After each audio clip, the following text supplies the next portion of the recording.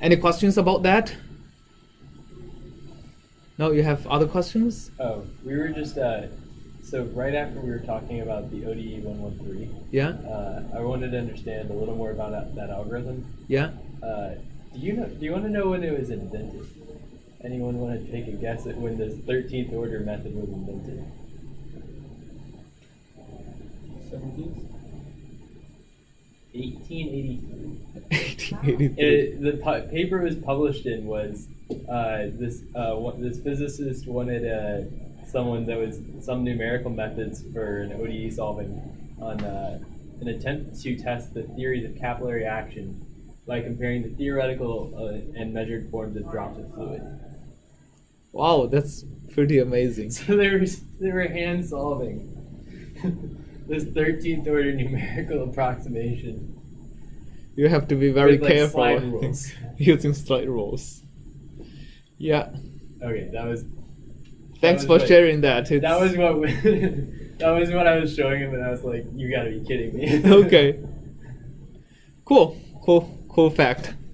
Yes. So here the E, like E2n plus 1, that's the local error, correct? Oh, that's the global error. The global error. The local error is what happens over here, Okay. right?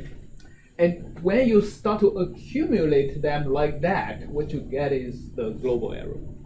The local error is, one way to think about the local error is assuming this is 0, okay? And this is 0. So what you get is over here, that's the local error. And you have to divide it, the local error, you have to divide the entire formula by delta t. Yeah. So the local error is basically this term divided by delta t. The global error is when you actually plug this into a recursive formula. And you have to assume all of the previous errors are already non-zero, and they are all accumulated over many time steps. What you get is the global error. So the number of steps we have is proportional to 1 over delta t? Yes, that's right. So in this case, with the global error, if you want to find it, would we divide this by delta t? Yes. So you would divide this by delta t, and the global error you get is going to be order delta t squared. Okay. Yes. Yeah. So here you have an error that is so here, based on here, e of 2n. So if e of 2n has an error that is O delta t squared, then e of 2n plus 1 would also have an error that is order delta t squared, right? And when you plug in over here, you basically get an error that is, so this term is going to be the highest order term, the lowest order term, right? Most important term, right? The key insight is that whatever error you get from here doesn't actually accumulate. It's this error that accumulates. This error does not accumulate. So basically, when somebody designs a particular Runge Kutta method, that is the thing you want. In the intermediate, in the fractional steps, you have a lot of low order stuff going on. But at the very end, you want to make sure all of these errors either cancel out from each other or doesn't accumulate. Okay. So ode45 is basically one variation of this Runge Kutta method that has 5 stages, right? So this is saying the step. This method has 2 stages, right? You have 2 different formulas mixed together. So a 5-stage method would have 5 different schemes, one after another, and the end result is going to be a 5th order scheme. Of course, you can combine. You can do the combination a little bit differently to get a different type of schemes, and ode45 is basically a 4th order and a 5th order scheme that shares a lot of these common calculations. So it's not the overall scheme is not that much more expensive than just the 5th order scheme, and it still allows you to compare the 2 different schemes to do adaptive time stepping. All right. So any questions about that? No? All right. Okay. So now I think we are pretty close to the end of the discussion on ODE solvers. So one thing we still have about half an hour left. One thing we can do is for me to answer any questions you have. And if you don't have questions, then we can do an exercise of thinking about what problems you are interested in, and we can have a discussion of, for the problems you are interested in solving, what would be the most appropriate ODE solver for this. All right. Sorry, I have a quick question. So to clarify, the local error is the error that you make in the derivative approximation? Yes. And that ends up being the same order as the global error? If the method is zero stable. Okay. Yeah. All right. Yeah. So how does I know so ode45 is supposed to be or at least some of the higher orders methods are supposed to be single stage. Single stage? Single step. As far as they only have to have the previous time step and they still get fourth order accuracy. Yeah, so how do you do beyond how do we do beyond 2? So these are achieved, the single step multi-stage method are achieved by doing something like this. You always start with a forward order, right? So for every step, because if it's a single step method, you have to start with a forward order, right? You start with forward order and you get 2 adjacent sub-steps. Then you can use a 2-step method as your next stage, right? And then you can use a 3-step method as your 3rd stage. And then you can use a 4-step method as your 4th stage, etc. So that's the way to achieve a effectively single step method, because you only need 1 time step to start the entire method, but still get high order accuracy. Because at the end, if you have 5 stages, at the last stage, you are free to use a 5-step method.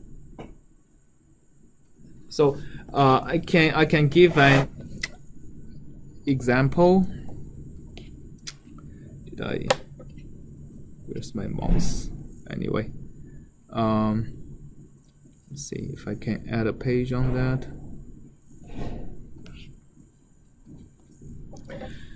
So the common way to actually write Runge Kutta method is saying, okay, so my un sub step 1 is equal to un plus, let's say, a11 times delta t times f of un. So that's basically forward order, right? But with a step size not delta t, but a11 times delta t. All right. Then the next, you are basically saying that I want my un sub step 2 to be equal to basically a combination of, for example, un plus a12 times delta t times f of un plus a22 times delta t times f of un1. So even though you write it in such a way, but effectively you can think of it as a multi-step method, because a combination of un and delta t times f of un is actually my un1, right? So the first part actually can be rewritten as a linear combination of un and un1, right? Although in regular Runge Kutta method, when you usually list a table of all of these a's, you write it in such a way. But effectively, the first part is a linear combination of this and that. Then you do un3 is equal to un plus a13 times delta t times the first guy plus a, is it 1323 delta t times f of un1. Again, this is just a linear combination of this, and that, right? Yep. Because these are already here. Then you plus the new term, that is a33 times delta t f un2. And this basically adds another term here. And you can do this forever. Ultimately, as long as you have a triangular matrix of A11, A12, A22, etc., you can make the triangle as large as you want. And the design of any explicit Runge Kutta method is simply choosing these coefficients so that one, you want to get a high order accuracy, and two is you want to maximize your stability region. And it turns out it's a very highly non-trivial constraint optimization problem to solve. That's why there are not like 300 order of accuracy schemes being out there for you to use. I was just wondering, so I guess they only report back that like final result. But they actually evaluate the function at a bunch of different points. Yeah, they evaluate the function at actually a lot of points, right? I mean, you can test that by kind of writing a code. MATLAB. Yeah. Yeah, some sort of print. Yeah, that's right. Okay. Any other questions?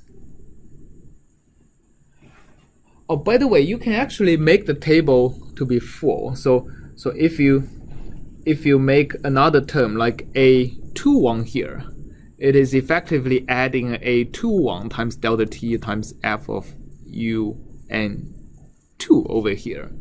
So this is going to be an implicit term, right?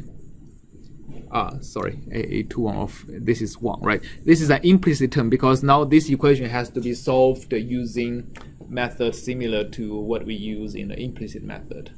So there are also implicit Runge Kutta methods where you actually have non-zero entries on the upper diagonal too. And usually they are a lot harder to use than the explicit ones. Any other questions?